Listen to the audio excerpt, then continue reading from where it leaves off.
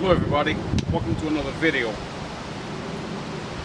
Today's video will be split into three different sections: collecting, sorting, and recycling. And it will be about street scrapping. So if you're anyone like me and you got yourself a van, this is a medium van. It's a medium-sized van, and you want to do something on the side, you know, for some extra income. This is something that's very good. Street scrapping. This stuff here, this is about an hour, maybe a bit just under that, just under an hour worth of driving. And within that time, I managed to find all of this. These are all appliances that nobody wants anymore. So they either leave it in front of their house or they leave it on the side of the road, because they know someone will come along and take them. Because there is some value to this. Although they're no longer being used, you can still make some money off of these. Now in this particular load, my van is full now. I cannot collect anything else because it's fully loaded. So what I've got here, just to give you an example of the things that you find a little bit of everything, really. I've got about 5 fridges in here, which they all have the motor, and that's what I want. Got 5 fridges, got a washing machine, I got about 3 microwaves, 2 hoovers. I also have this. I got about 3 of these. This is copper. These are copper cables. And a few other bits and pieces. So you can collect all of this, and then depending on your intention of what you want to do, in my case, what I want to do is I want to break them apart and get the precious metals out. In this case, copper, aluminium. Everything else that I'm not able to melt, because that's my intention. My intention is to melt these metals and turn them into ingots. Everything else that I'm not able to melt goes to a scrapyard. So the first stage is collecting. Go around some of these areas, like you know, right now, for example, I'm in a residential area. This is where I live. I live in this area here. Now, me living in Barking, I find all this stuff in Barking mainly. I don't go to other areas like Dagenham, East Ham, West Ham, or whatever. I mainly stay in Barking, and within Barking alone, you find a lot of these, because every day there's always people throwing stuff away that they no longer want for whatever reason. It packs up, it no longer works, so they just throw it away. And then whoever comes along and is able to collect it and take it away, they will. It depends on who picks these up. It can be someone like me with a medium-sized van and picks it up, or it can be the council. The council has people driving around in vans that collect all the garbage, or it can be just people that are collecting scrap and they take it to a scrap yard and they sell it. So this is basically all of the stuff that people no longer want, and then they just leave it out there on the street for someone to collect. In case there's any doubts, or in case say for example you're someone that is thinking about doing this, Me, when I first started doing this, I had some doubts whether this was stealing or whatever it was. And what you're doing is not stealing, because from the moment the people put this stuff out there on the street, it no longer belongs to them. It belongs to whoever comes along and picks it up. In a way, this is the way that I see it, right? You're actually helping the council by doing this, provided of course that you do it responsibly, because it costs the council a lot of money to deal with this sort of thing. And in a city like London, for example, where there is, what, 8 million inhabitants, so it is a city that produces a lot of rubbish, and so it costs the council a lot of money from all the boroughs to deal with this problem. It costs them way too much money, hundreds of thousands of pounds, and the city of London in general, it costs them millions of pounds to deal with this sort of thing. And this is the city of London alone. There's many other cities that have the same problem, basically. So in a way, you're actually helping them. So this is the first stage. First stage is collecting all of the scrap. As it is for me right now, I'm in a residential area, and like I said, this is just about an hour's worth of driving around and collecting all this stuff. And as you can see, my van is fully loaded right now. I cannot collect anything else. So now, second stage is breaking these apart and separating all of the different materials. Steel goes over here, copper goes over there, aluminium goes over there, and plastic goes over there. You have to separate everything. If, for example, your intention is to go to a scrapyard and just take it right away, remember, they will pay you according to the weight, because scrapyards, the way that they do it is they have a weigh bridge, and you get on the weigh bridge and they weigh you when you're fully loaded. Then what you do is you leave the weigh bridge and then you go where the claw is. I don't know what's the name of that machine. I call it the claw, that picks up, grabs all the metals and all that stuff and puts it into piles. So once you're empty, you get back on the weigh bridge, and then they pay you according to that difference of weight. So they pay you according to the weight, if that's your intention. If your intention is to break all of these apart and separate all the materials, then your money goes up. Because if you bring them copper that you've taken from these appliances, they will give you copper prices. If you got copper and aluminium that you've also separated from these, you get aluminium prices. And then there's the steel, you get steel prices, and your money goes up. There's different ways of doing this.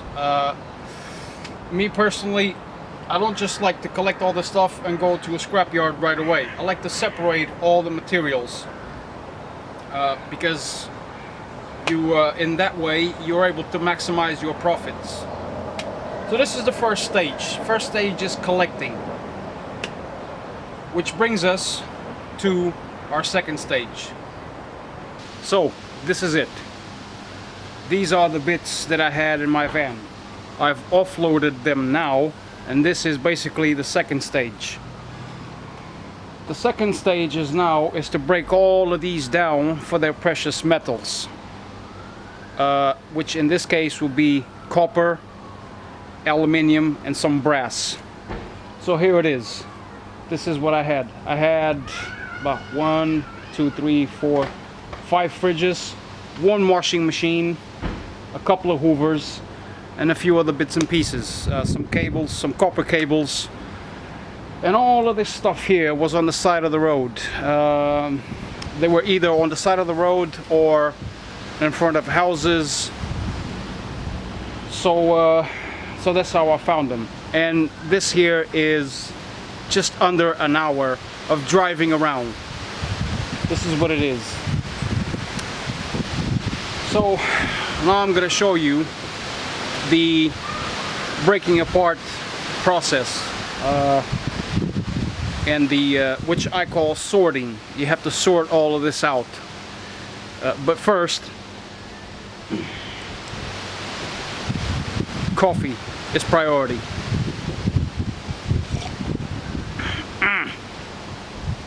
So because all of these things have motors, each and every single item in here has a motor. So the motor is the beating heart of all of these appliances, and that's basically what you want, is to get to the motor, because the motor is loaded with copper. And then there's the cables, and then in the case of fridges, there's more cables inside. Depends on whether you want to take the time to break the fridges apart or not. Reason why the small ones, the reason why I've flip them upside down is because it's easier to get to the motor. You just unscrew it and you just cut the cables from the rest of the fridge, and then it's easier to get to that. As for the big ones, I just lay them down and take the motor out like that. As for the washing machine, it's pretty much the same thing. You flip it upside down because the motor is always on the bottom. And there's the microwaves. One of the microwaves is pretty mashed up, but the parts that I want are still inside, so it's still good for me. So going back to the intention, what is your intention once you collect all this stuff? Well, if your intention is to just go to a scrapyard and just dump all this stuff, they'll still pay you, but your money will not be as good as it would be if you were to sort all of this stuff out first. If you are to separate them, copper with copper, aluminium with aluminium, and steel with steel. Don't take plastic, because they don't take any plastic. You can take it to a recycling center and dump it there. So basically this is the second stage, is sorting everything out, all of the different materials. In my case, what I'll be doing is I'll be taking the copper and melt it down into ingots, like you've seen me do with the aluminium. Melt it down and then turn it into ingots. That's what I'm going to be doing with the copper. As for the cables, I have way too many cables right now. I have a box, I have a crate full of them, and it's just too time consuming to strip all of the cables, and I don't have a wire stripper. If I did have one, it would be a lot quicker. So if you don't have the means to strip all the cables down, and you just cut them however which way you do it, is too time consuming. So you can also take that to a scrapyard, but again, copper also comes into different categories. Number 1 copper, number 2 copper, and you get paid according to what you are bringing and the quality of what you are bringing. If I was to strip each and every single cable, I would get paid number 1 copper, because now it is stripped of the plastic, so the price goes up. If I am not going to strip the wires, I get number 2 prices, which is a bit lower, but it's still copper though, because at some point someone has to go through these materials to strip them down and then refine them and everything else. Sometimes scrapyards have some people employed specifically to separate all of the different materials, and I've seen this myself a few times, but sometimes they don't have that, and that can also affect the price, the final price that you get, because they might not have someone employed in their site to separate all the different things. So basically this is it. This is what I had, and now I'm gonna get I have some tools there, and I'm gonna start stripping all of these down and take what I need, and then everything else goes to a scrapyard. So this is the second stage. Then after that there will be final stage, which is recycling. This is the sorting. I'm gonna break them all down. So this is sorting / breaking down. So this is it. Bear with me. And the third and final stage comes after this. Stay tuned. So here it is. Third and final stage of this process. So as you can see, everything has been pretty much done. On the far right, there's the cables from those 3 spools that I found, and then there's all the cables from all these appliances.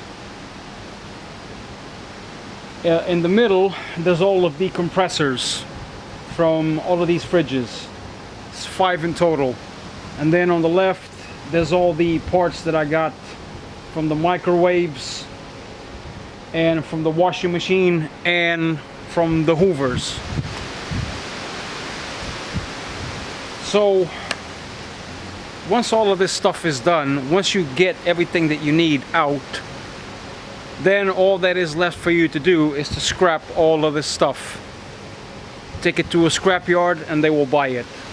One thing I forgot to mention about this sort of thing, is that if you are doing this, you basically need to know 2 things. You need to know where, and you need to know when. So what do I mean by that? Well, you have to know where to get all this stuff and when. So where do we get it? Basically everywhere. Out there in the street, there's always someone throwing stuff away that they no longer want. So that's where you find it. On the main roads, back streets, you know, whatever. It's basically all over the place. You do, however, have to know when. So I've been doing this for a bit now, and the way I see it, the best times to get this stuff is usually early in the morning or late at night. These are the best times where you can find this stuff. I've looked online also. I've seen a few videos of other people doing it. There's these 2 in particular that I've been watching their videos, and I don't know if they will ever get to see this video, but if they do, a big shout out to Vandal Vlogs. I've been watching his videos for quite some time, and there's another one called Scrap Hunter. So I like their style and how they do it, because what they do is they film it. They film themselves going to these places and getting all this stuff. So I've been watching it for a while, and now I'm doing it myself, so now I know. So if they ever get to see this video, a big shout out to the both of you. I've been watching a few others here and there as well, but these particular 2, I really like their style. So this is pretty much how you do it. This is the third and final stage. Three different stages: collecting, sorting, and the final stage is recycling. See, all this stuff here can be recycled. From the metals to the plastics, pretty much basically everything. So this is pretty much how you do it. I don't know everything that is to know about this. I myself am still learning. And so this is how it's done. There's many benefits of doing this. See, I don't do this full time. You see, I do this just something out on the side. But even if you are doing it like this, like something that you are doing on the side, you are helping. You're helping yourself, obviously, and then you're helping your community wherever you live. You're helping the council, because again, it costs them way too much money to deal with this problem. So by doing this, you're doing a great service to your community, and you're helping yourself in the process. In my case, it's slightly different from the way that the usual scrappers do this. I do this to get the precious metals and then melt them into ingots. Because what you're actually doing is you are refining these metals by melting them. So I'll show you a few parts. This here is the motor that I got off of the washing machine. So this is aluminium, this is aluminium. This here is steel, and inside there's lots of copper. I don't know if you can see it, if the camera can pick this up, but here's the copper. This is loaded with copper. This thing is heavy. And then there's the transformers from the microwaves. I used to do these differently. I used to cut this with a grinder and then get everything else out with a chisel and the hammer. I no longer do that. I do it differently. I'll be making a video about that pretty soon on how to do these without a grinder. And then there's these magnetrons. Not too long ago I've made a video about microwaves and how this particular part is dangerous. You can, however, get some aluminium off of this. This here is aluminium. And then there's more copper inside. This bit here is brass. But you have to be very careful about this ceramic bit.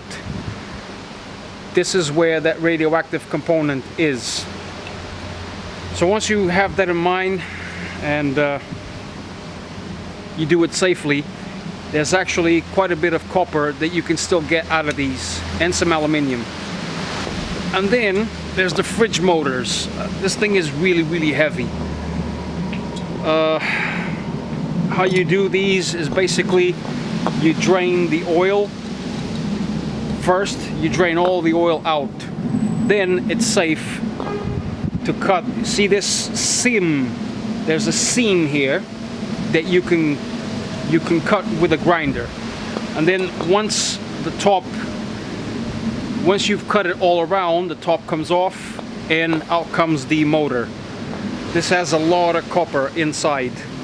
So basically that's it. These are all the parts that I got. So I'm gonna have to start processing all of these metals, because now it's gotten to a point where I got way too much of it and I have to start dealing with it. But this here, like I said, this here is just under an hour of driving around. I had to offload all of this, and I'm pretty sure that if I was to go back out on the road, I would find more stuff.